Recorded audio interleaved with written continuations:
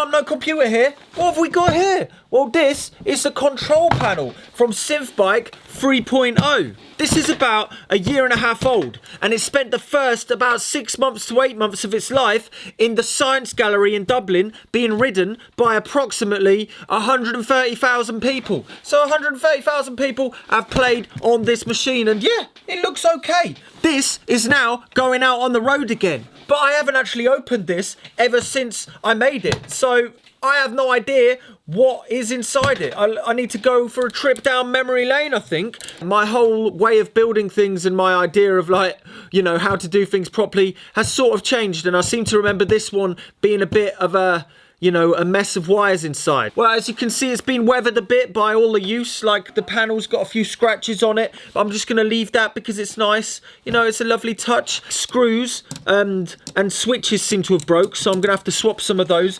As you can see, a knob's fallen off, a pot's broken, and all of these knobs have been removed. Let's have a look inside and see what the damage is. Whoa, whoa, whew. Now, I can't remember exactly what's going on in here. Right now, it looks like there's a heck of a lot of wires. I remember being sat up for about 5 nights in a row in London Hackspace making this. I was working from maybe 12 in the morning till about 5 in the morning, just like having to get this done because I didn't really realise how much of a job it was going to be. Like, look, that made me want to cry, like soldering all of that stuff. There's a lot of solder points in there and it took forever. But hopefully that's all still intact. It looks pretty good. Oh, yeah. All of this is still going strong. Down here, you can see there's a load of Arduinos. I have a feeling a couple of these might have broken. Oh, there's a couple missing. Oh, no.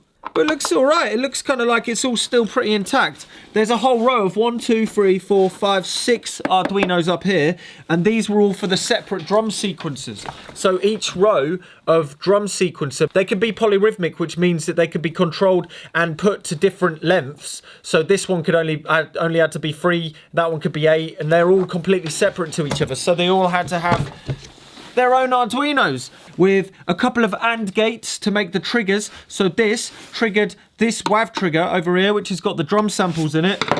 And that still seems to be pretty intact. Nothing's got that loose, actually, which is pretty surprising. So this one's dynoed, the 303 sequencer. So I'm guessing this is for the 303 sequencer right here, which is basically the same as these, but with potentiometers to choose the voltage at which it goes into the oscillator, as well as a slide button to turn on the slide. So boom, boom, boom, boom, boom, boom. There's a few knobs here, and I think these were actually to adjust the octave for some reason. I don't know why I did it like that. That's really odd. When you look back at things that you made about a year and a half ago and be like, why did I do it like that?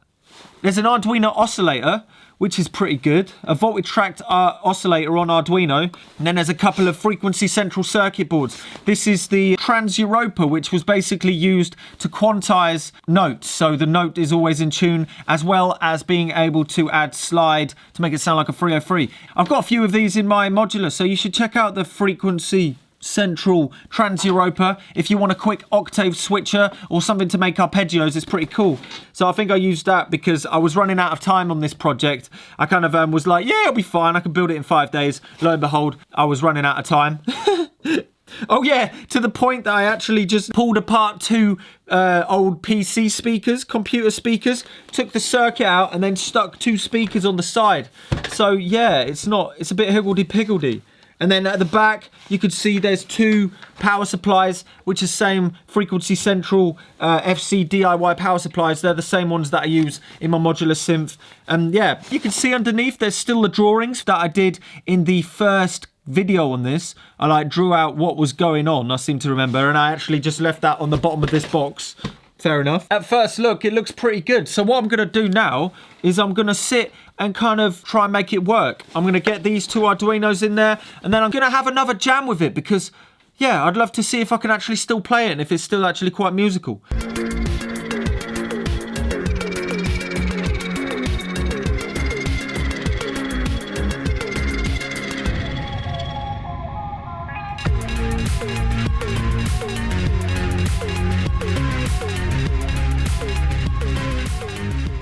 Oh, this seat is so uncomfortable. What was I thinking? Oh, right. I think it's sort of working. The drums are completely dead. but we'll look at that in a bit. But at least, for some reason, there's no attack. Is it mad? Hey, I found the problem! This little wire right here is supposed to be connected to there. Look at the blood on that. I need to get another plaster. Oh, have I just popped it all by soldering while it's on? I might have broken something. Oh, no. No! Have I just shorted something and it's popped? Oh, no. Yeah.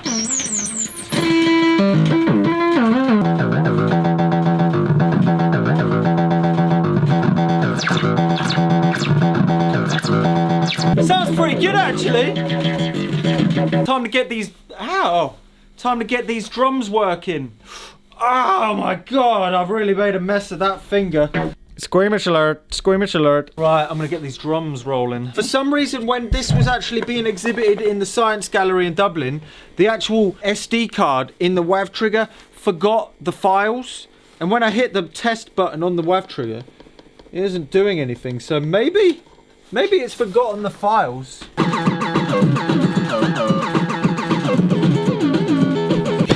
You work! After all this time of being up there, it works! Right, time to put this back together and have a jam! Right, it's ready! Now remember, safety first, kids! Because your beats might be fire, yo!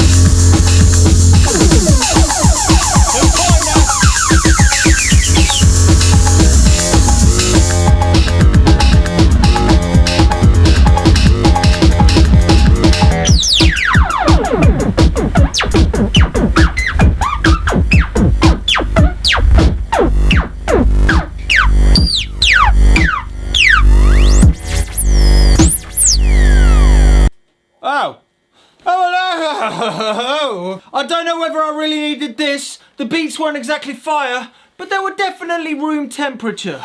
Hey, I'm Safety Bear. Don't be scared to try it. And as long as you're safe, and don't forget to subscribe. And I'll see you soon. Give us a hook.